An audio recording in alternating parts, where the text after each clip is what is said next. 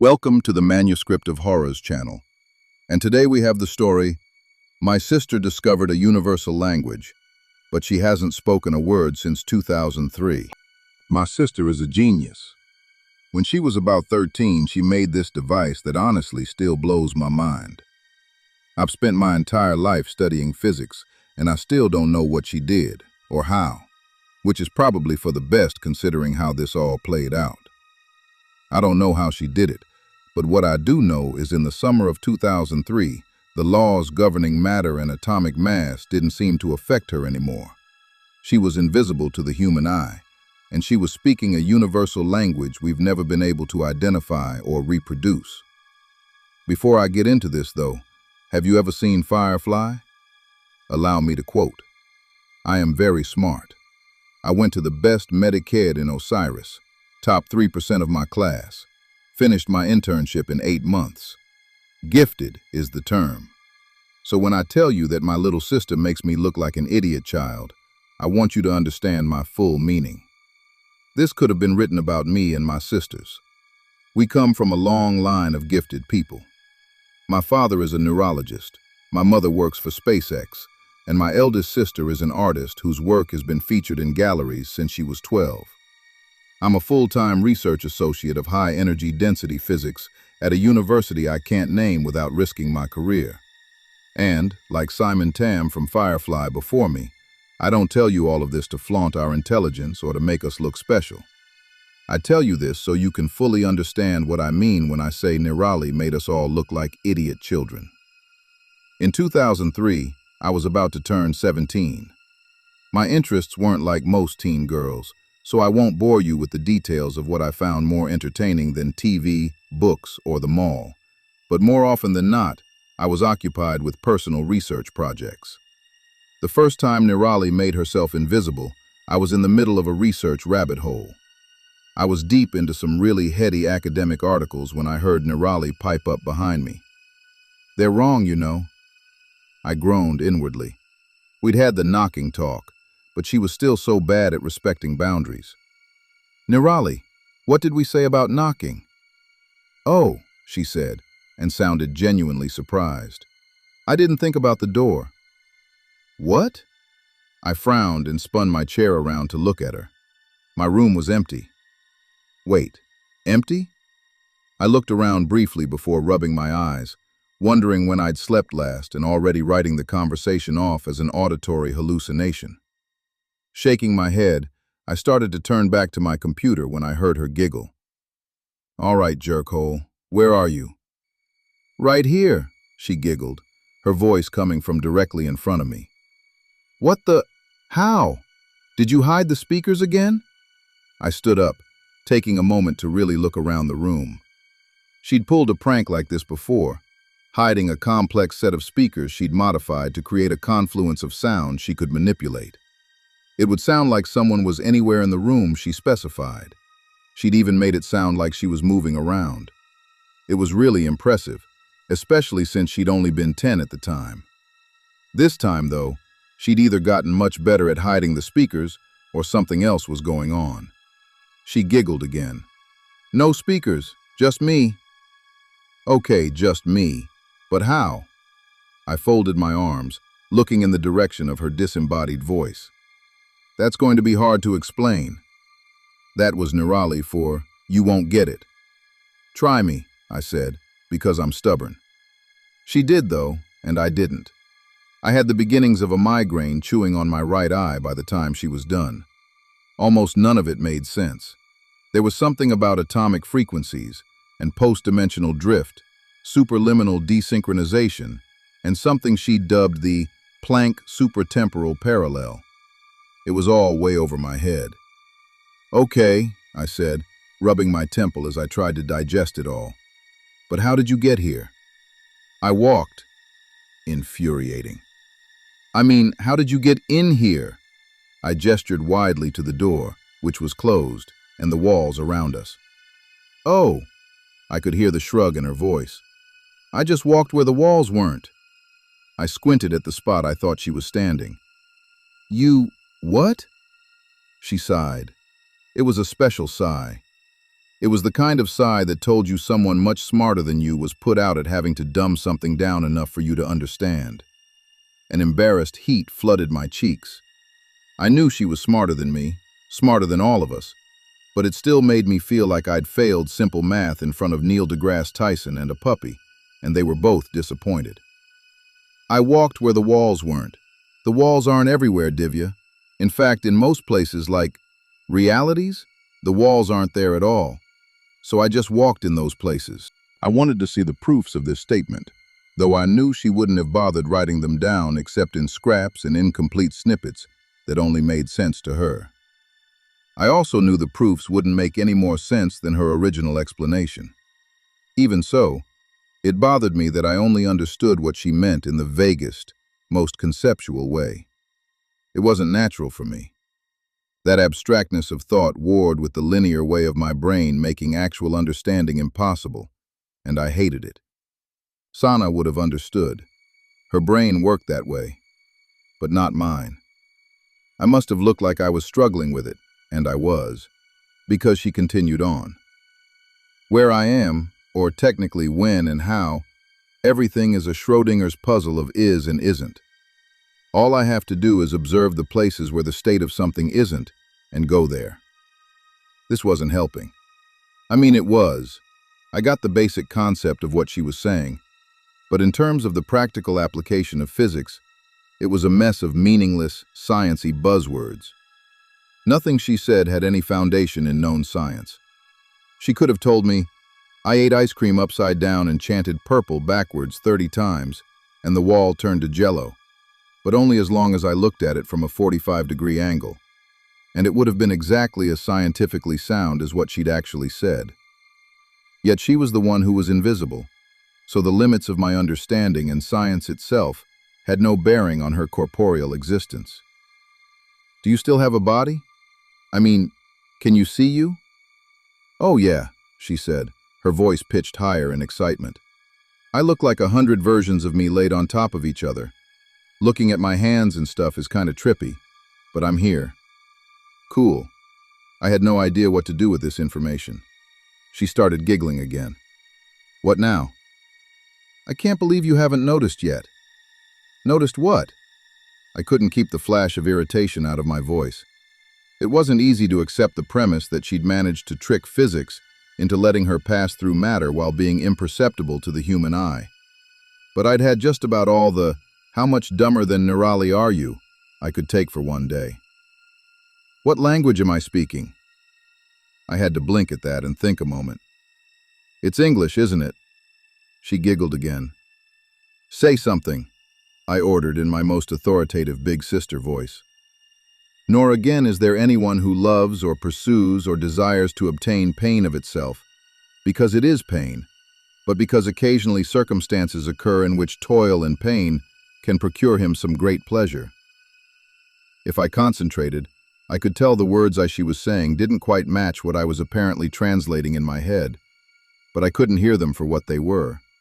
Except, wait, is that the lorem ipsum translation from De Finibus Bonorum et Malorum? She giggled again. Yep. Want me to try something in Hindi? Yeah, I said, a little stunned and more than a little curious. Go for it. May he in whose lap shines forth the daughter of the mountain king, who carries the celestial stream on his head, on whose brow rests the crescent moon, whose throat holds poison, and whose breast is support of a huge serpent, and who is adorned by the ashes on his body. May that chief of gods, the Lord of all, the destroyer of the universe, the omnipresent Shiva, the moon-like Shankara, ever protect me. I frowned, torn between focusing on the words and trying to identify what she was quoting. I started mouthing some of the words as my mind ran back over them, and gawped a little as recognition settled in. Did you just quote the Ramcharitmanas Ayodhya Kand invocation? Another giggle. But how? That didn't sound like Hindi at all. Fascinating, she said. It didn't feel like Hindi when I said it, but I was thinking the Hindi words. What did it sound like to you? English, I guess. I mean, it didn't sound like anything, but I understood you in English. That's so cool. Can you actually hear something other than English? Kinda. I mean, almost. If I try, I can tell the sounds you're making don't match the meaning of the words I'm not hearing, but understanding. But the meaning overrides everything else, so I can't actually identify individual sounds or phrases. Do you think you could identify the physical linguistics if we went word by word?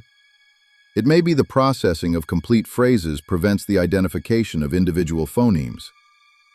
Maybe, I said, shrugging, still trapped in awe of this aspect of her discovery. We could try it.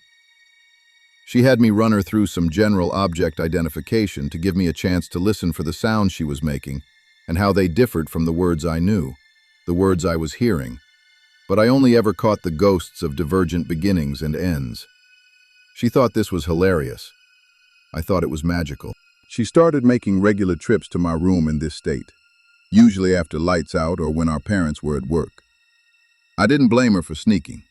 Sana wasn't into the science stuff, and if our parents knew what we'd been up to, we'd have been grounded for life, especially since Nirali had already been banned from experimental projects at home. The last one had required a lot of external help and several $1,000s to clean up. But someone had to try and catalog this universal lexicon, and this was the only way we had access to it. One night, as we lay awake on the floor naming objects, we'd tried making individual sounds before, but without the intent of meaning behind them, there was no divergence. Nirali froze. I couldn't see her, of course, but something changed. She stilled to the point I worried she'd maybe phased through the floor or something and left me alone. But somehow I still felt her presence, along with something sharp and alien I couldn't identify. "Nirali?" I whispered, cold unease settling on me like snow. "Shh." It was her, but so quiet I almost missed it. I felt the urgency behind it, though, and hushed to wait in the silence with her. As the seconds ticked by, a prickling dread crawled across the room. It started at the edges where the shadows were thickest and spread outward, tainting everything it touched, including me. My pulse quickened as a primal paranoia sank in. I knew it was just Nirali and me, but it felt like a predator was stalking the shadows, searching for us, and it was only our silence that kept it from pouncing. To keep the paranoia at bay, I focused on the warm red readout of the clock above my desk. The slowly changing numbers were soothing and hypnotic. They dulled the edges of my fear until at some point between midnight and 2 a.m., I fell asleep. I only realized this when Nirali finally whispered my name, pulling me back to reality. "Divya, wake up." I swam back to consciousness slowly, shaking off the half-formed discomfort of a dream I couldn't remember. "It's gone now." "What's gone?"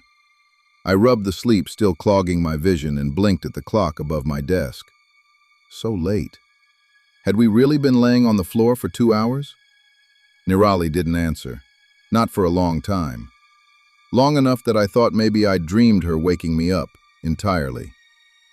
"The shadow behind the walls," she whispered, cutting the silence away like cobwebs.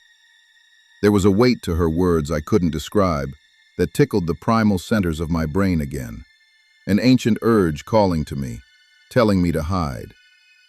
"The what?" I croaked, propping myself up on my elbows, but Nirali was gone. Not just quiet. There was a difference in the room when she left, and I could always sense it. Even if she didn't say she was going. A few minutes later, she was at my bedroom door, actually knocking. The sound startled me, giving my heart a sudden workout with a spike of adrenaline. I snuck over to the door to let her in, too keenly aware of the night around me and jumping at shadows I suddenly worried couldn't be trusted. Without a word, she slipped past me and crawled into bed, hiding beneath the covers with her knees against the wall and her back to me. I took my cue as it was offered and crawled in behind her, offering myself as protection against the night. Sleep was slow in coming as my body flushed the survival instinct from its veins, but eventually it must have come, as the next thing I knew the sun was peeking through the windows and Nirali was watching me sleep. "Divya?" Nirali said my name like she was testing it, as if she didn't expect to hear it again. Yeah? Nothing, she said, curling back under the covers before adding, thanks. It was a week before she came to me through the walls again. I think it's drawn to the language, she said, pulling me out of a dream about superfluid. What is? I yawned, oddly comfortable with the resumption of our nightly conversations. The shadow behind the walls. What is that? I don't know. Something big. Something old. Older than time, maybe. What's with the sauna talk? Older than time? I don't know, Divya. That's just what it feels like. She was always like this, caught somewhere between science and emotion, like the perfect cross between me and Sana. I think it allowed her to think abstractly enough to escape the box of the known to innovate, while remaining linear enough to build a new box to house her innovations. But sometimes it meant she didn't have the math to back it up. Sometimes it was just a feeling, or the hint of a notion. But even then, Nirali's feelings were always spot on, even if it took science a few decades to prove it. All right, I said, accepting that answer. It was odd, I realized then, how a few weeks of exposure to what my mind told me was factually impossible opened me to the flexibility of the possible. I was surprised, too, when I noticed my first instinct wasn't to challenge her or demand proof just because what she said was beyond my experience or immediate comprehension. Instead, I would nod and accept that what she said, what she experienced, was simply truth, and the limitations of my understanding couldn't change that. What does it want? I don't know. I don't think it talks, but I think it listens and understands. That's unsettling, I said, shifting under the covers. The superstitious child in me made sure my feet were hidden in the center of the bed because the shadows still couldn't be trusted. She hummed her agreement. It's not the only thing here, though. A chill surged through me, prompting my heart into a panicked gallop. What do you mean? I mean there are other things, big things, old things. Most of them can't see me, I think. I'm not really where they are, same as I'm not really where you are, but they can hear me, same as you. Are you safe? Nirali was silent. My stomach churned, because I knew it meant something big and old and dangerous was near enough to pose a threat. After several minutes passed, she answered. Sometimes. Only sometimes? I sat up, staring at the spot on the floor where she would have been seated. Only sometimes. Then why are we still doing this, Nirali? I wouldn't have agreed if I knew you were in danger. I know, she said quietly, but there's so much here. If I focus on a color, I can experience everything that color has ever been and ever will be. If I think about a time, I'm sitting in what used to be here, or sometimes what will be here, watching a blur of activity that won't happen for another 1,000 years. I've seen cities you can't even begin to imagine made of glittering bone and glass. Monolithic wonders to shame the gods. Last night I was standing in the center of a black hole. Not a hologram or a simulation, but an actual black hole.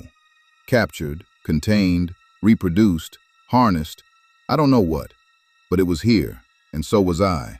And through the black hole I saw so many other universes, all laid out like mirrors into infinity. Nirali, I whispered, both awed and terrified. Had she been experiencing these things every night? All the hours we talked about nothing and nonsense? But there are also bigger things, she said, her voice dipping into darkness. Things that hide in the glint of starlight on glass. Things that follow me back from the future and wait for me in the past.